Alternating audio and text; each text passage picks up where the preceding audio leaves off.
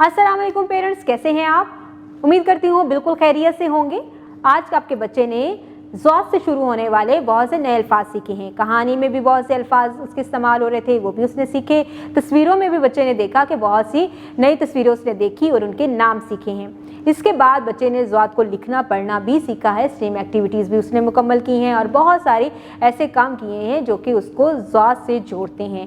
Class work उसने बहुत अच्छे तरीके से किया है। अब आप उसकी डायरी चेक करें, उसकी डायरी में होमवर्क दिया गया है। उस होमवर्क के मुताबिक बच्चों का होमवर्क मुकम्मल करवाएं अपनी अंडर ऑब्जर्वेशन और फोकस करें कि बच्चा काम खुद करे, उसकी फॉर्मेशन बेहतर हो और वो नीट एंड क्लीन होमवर्क करके जाए।